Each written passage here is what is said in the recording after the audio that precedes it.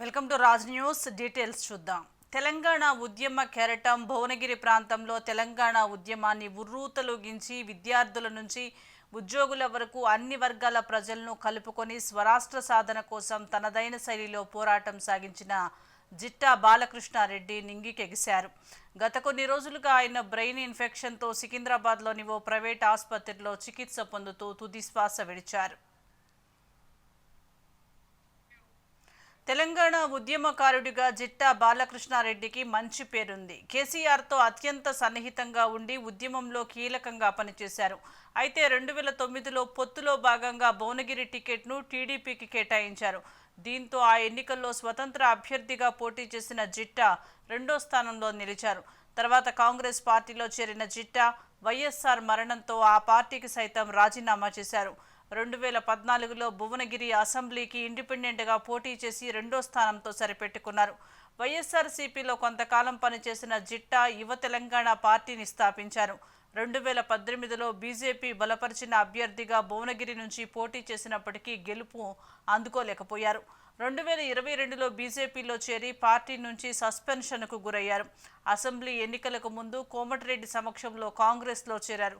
అక్కడ నుంచి జిట్టా బాలకృష్ణారెడ్డి మాజీ సీఎం కేసీఆర్ ఆధ్వర్యంలో 2023 అక్టోబర్ 20న బీఆర్ఎస్ పార్టీలో చేరారు.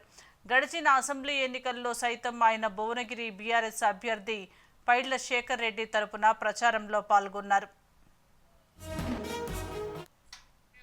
జిట్టా బాలకృష్ణారెడ్డి 14 డిసెంబర్ 1972న తెలంగాణ రాష్ట్రం యాదాద్రి భువనగిరి జిల్లా బొమ్మాయిపల్లి గ్రామంలో జిట్టా బాలరెడ్డి రాధమ్మ దంపతులకు జన్మించాడు. ఆయన 1987లో బీబీ నగర్లోని జిల్లా పరిషత్ ఉన్నత పాఠశాల నుంచి సెకండరీ స్కూల్, 1989లో భువనగిరిలోని ప్రభుత్వ జూనియర్ కళాశాలలో ఇంటర్మీడియట్ పూర్తి చేసి 1993లో ఎల్బీ నగర్ నుంచి DVM degree and PG college నుంచి డిగ్రీ పూర్తి చేశారు. జిట్టా బాలకృష్ణారెడ్డి మరణ వార్త తెలుసుకుని భువనగిరి, ఆలేరు, ఉమ్మడి జిల్లా వ్యాప్తంగా పలువురు ఆవేదనకు లోనయ్యారు. తెలంగాణ ఉద్యమం మొదలైన నాటి నుంచి భువనగిరి కోటకు లైట్లు వేయటం, భువనగిరి ప్రభుత్వ జూనియర్ కళాశాల విద్యార్థులకు మధ్యాహ్న భోజనం పెట్టారు. అన్ని గ్రామాల్లో యువతను తెలంగాణ ప్రత్యేక రాష్ట్రం పోరాటంలో ఉత్సాహపరచడం, గ్రామాల్లో వాటర్ ప్లాంట్లు ఏర్పాటు చేయటం, సాగు, తాగునీటి కాలువల కోసం పోరాటం చేశారు. ఇక పోచంపల్లి ప్రాంతంలో కాలుష్య కంపెనీలపై కొట్లాడటం, ఆపదలో ఉన్న వారిని ఆదుకోవటం లాంటి అనేక మంచి కార్యక్రమాలు చేయడంతో ఆయన లేరన్న వార్తను ప్రజలు జీర్ణించుకోలేకపోతున్నారు.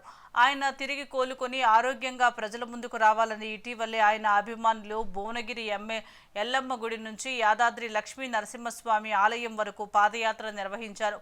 ఆయన ఆరోగ్యంగా ఉండాలని నియోజకవర్గంలోని చాలా చోట్ల ప్రత్యేక పూజలు నిర్వహించారు.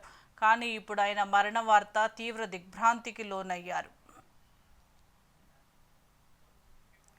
7 పదుల వయసులోనూ ఏమాత్రం తగ్గట్లేదు ఏపీ సీఎం చంద్రబాబు నాయుడు. బెజవాడలో వరద బాధితులను పరామర్శించడమే కాదు, సహాయక చర్యలను దగ్గరుండి పర్యవేక్షిస్తున్నారు.